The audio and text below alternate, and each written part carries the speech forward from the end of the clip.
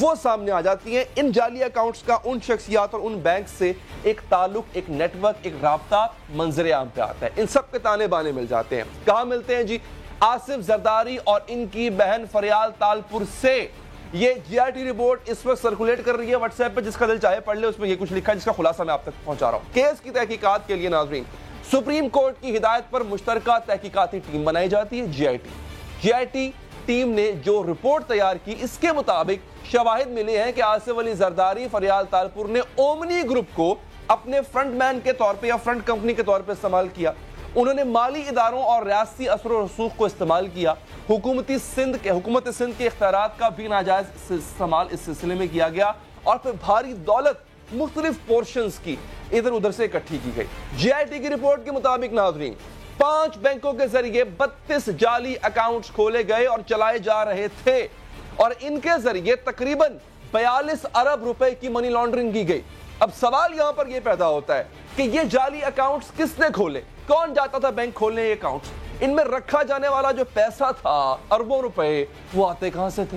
بنیادی طور پر ناظرین زرداری گروپ اور اومنی گروپ کے درمیان ایک نیکسس تھا, ایک لنک تھا, ایک معاہدہ کہہ لیں, جو غیر تحریر شدہ معاہدہ, جس نے یہ جعلی اکاؤنٹس کھولے اور ان میں کرپشن سے آیا پیسہ, بینکوں کے فراڈ کے ذریعے حاصل کردہ قرضے, یعنی قرضے لینا اور بعد میں خود کو ڈیفالٹر ڈکلیئر کر دینا, اور رشوت وغیرہ, کک بیکس, اس کے پیسے رکھے جاتے تھے. اومنی تقریباً 83 کمپنیوں پر مشتمل ایک گروپ تھا. اب ذرا حیرانی کی بات ہے, 2003 میں جب اومنی گروپ کا آغاز ہوتا ہے یہ 6 کمپنیز پر مشتمل گروپ تھا. 2008 سے 2013 تک جب پیپلز پارٹی کی گورنمنٹ سندھ میں بھی تھی اور وفاق میں بھی تھی, یہ اومنی گروپ 6 سے 83 کمپنیز تک پہنچ جاتا ہے. یہ میں نہیں کہہ رہا, یہ جی آئی ٹی رپورٹ کہتی ہے. اب یہ ایسا گروپ ہے ناظرین جس کو انور مجید صاحب اور ان کے خاندان جو ہے وہ اس کی ملکیت رکھتی ہے. اب میں آپ کو بتاتا ہوں کہ منی لانڈرنگ آخر کیسے کی جاتی تھی. جی آئی ٹی رپورٹ یہ کہتی ہے کہ جعلی بینک اکاؤنٹس جس شخص کے نام پر کھولے گئے, اس اکاؤنٹ کا معلوم بھی اس کو نہیں تھا, اس شخص کو علم میں نہیں تھا کہ یہ کیا ہے, اور نہ ہی اس اکاؤنٹ میں رکھا گیا پیسہ اس کا تھا. جیسے اومنی گروپ کے آفس بوائے اس کے نام پر 7 اکاؤنٹس کھولے گئے تھے, کام آفس بوائے بیچارہ. اقبال آرائی نامی ایک سینیٹری ورکر, اس کے نام پر 4 اکاؤنٹس کھولے گئے تھے, اور 9 مئی 2014 کو اقبال آرائی کا انتقال ہو جاتا ہے. یعنی جب یہ اکاؤنٹ استعمال ہو رہے تھے, ان میں اربوں روپیہ آ جا رہا تھا, اس وقت یہ صاحب جن کے نام پہ اکاؤنٹ کھولا گیا تھا, اقبال آرائی صاحب, یہ جانے پانی سے کوچ کر چکے تھے, وفات پا چکے تھے. ایک مردے کا اکاؤنٹ آپریٹ کیا جا رہا تھا, ایک اکاؤنٹ رکشہ چلانے والے کے نام بھی کھولا گیا ناظرین, فالودے والے کے نام پر کھولا گیا, دیسی رضائیاں بیچنے والا شخص اس کے نام پر بھی کھولا گیا. لسٹ آپ کے سامنے خود پڑھ لیں. ان جعلی اکاؤنٹس کے لیے ناظرین جعلی کمپنیاں کھڑی کی گئی, اور اہم بات یہ ہے کہ ان جعلی کمپنیوں کا بزنس ایڈریس ایک تھا. اب ذرا یہاں پر رکیے, یہ کمپنیاں کھولی جاتی ہیں جعلی کمپنیاں صرف کاغذوں میں, عام آدمیوں کے نام پہ. ان کا جو بزنس ایڈریس ہے, کاروباری پتہ, وہ ایک ہے. سبھی کمپنیوں کا کاروباری پتہ تھا international business and shopping centre, صدر, کراچی. کراچی کو کس طرح سے استعمال کیا گیا اس کرپشن کے لیے, یہ جی آئی ٹی رپورٹ میں واضح طور پہ لکھا ہوا ہے. اب یہ جو عمارت میں نے آپ کو بتائی صدر کے علاقے میں ہے, اس کی مالک جو ہے وہ ایک کمپنی ہے. کمپنی کا نام ہے پارک لین پرائیویٹ لمیٹڈ کمپنی. اب اس کمپنی کے جو بینیفیشل اونر ہیں, جو اس کے مالک و مختار ہیں, وہ کون تھے؟ لے جناب, وہ ہیں آصف زرداری اور بلاول بھٹو زرداری. اب آپ کو ریلیشن سمجھ آیا ناظرین؟ جعلی کمپنیاں کھول لی گئی, جعلی بینک اکاؤنٹس کھول لیے گئے. اب ہوتا کیا تھا, طریقہ کار کیا تھا, جس کو آج پیپلز پارٹی ڈیفینڈ کر رہی, جس کو آج بلاول صاحب یہ کہہ رہے تھے کہ ہمارے خلاف سیاسی انتقام ہے, ہمارے خلاف یہ کیسز پاکستان تحریک انصاف نے اپوزیشن کو دبانے کے لیے استعمال کر رہی ہے, دبانے کے لیے بنایا گیا ہے. میں نے آپ کے سامنے تاریخ رکھ دی 2015 میں. حیرانی والی بات یہ ہے کہ جس اپوزیشن کے ساتھ مل کے, یعنی نون لیگ کے ساتھ مل کے آپ احتجاج کرنا چاہ رہے ہیں عمران خان کی حکومت کے خلاف, کیونکہ آپ کے خلاف سیاسی کیسز بنے ہیں, یہی کیسز آپ کے نون لیگ کے دور میں بنے تھے. یہ کیس جس میں زرداری صاحب کو گرفتار کیا جاتا ہے, یہ کیس 2015 میں جب نون لیگ کا دور تھا تب بنا تھا. 2017 تک تفتیش مکمل ہو چکی تھی اور 2018 میں جی آئی ٹی رپورٹ نے کام مکمل کر لیا تھا. تب تک پی ٹی آئی کی گورنمنٹ نہیں آئی تھی منی لانڈرنگ کے لیے. ناظرین, اب آپ کو میں ایک اور حیران کن بات بتاتا ہوں, یہ کارروائی ڈالی کس طرح جاتی ہے. 3 مراحل اختیار کیے جاتے ہیں. پہلا مرحلہ,